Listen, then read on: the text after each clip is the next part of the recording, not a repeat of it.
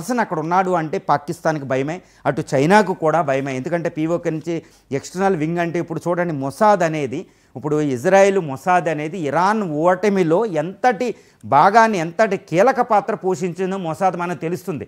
Army కంటే ఎప్పుడు కూడా ఒక దేశం గెలవాలి అంటే దాని ఇంటెలిజెన్స్, ఒకే గూఢచారి వ్యవస్థ చాలా బలంగా ఉండాలి. మన చరిత్ర కూడా చెప్తుంది, రాముడి కాలం నుండి కూడా చంద్రగుప్తుడు మౌర్య కాలంలో ఇప్పుడు ఈ విషయాలన్నిటిలో మనకు కూలంకషంగా తెలిసి వచ్చేది ఏంటంటే గూఢచారి వ్యవస్థ ఆ దేశాన్ని నడిపిస్తుంది అనమాట ముందుకి.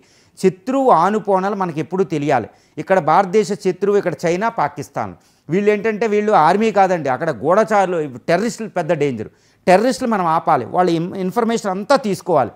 దానికి అంటే భారత ఆర్మీ గెలవాలి అంటే ముందు రా అనేది అక్కడ ఇజ్రాయెల్ రా మొసాద్ చేసినట్టు మనం చెయ్యాలి. అంటే రాక్ చాలా అత్యున్నతమైన పర్సనాలిటీ, చాలా కెపాసిటీ ఉన్న పర్సనాలిటీ ఈరోజు పరాగ్ జైన్ని నియమించిందంటే భారత ప్రభుత్వం ఎంత సంసిద్ధంగా ఉందో తెలుస్తుంది. ఇదంటే ఇంకా పాకిస్తాన్కి చైనాకి అక్కడ మనం డేంజరస్ సిగ్నల్స్ మనం ఇచ్చేసినట్టే, జాగ్రత్తగా ఉండండి మా పర్సన్ ఎలాంటి వాళ్ళని. ఎందుకంటే అక్కడ మొసాద్ హెడ్ అక్కడ ఎంతటి ఇరాన్కి ఎంత బ్లో ఇచ్చాడో మనకు అర్థమవుతుంది. అంటే చైనా, పాకిస్తాన్ ఇంకా భయపడతాయని అర్థం అండి.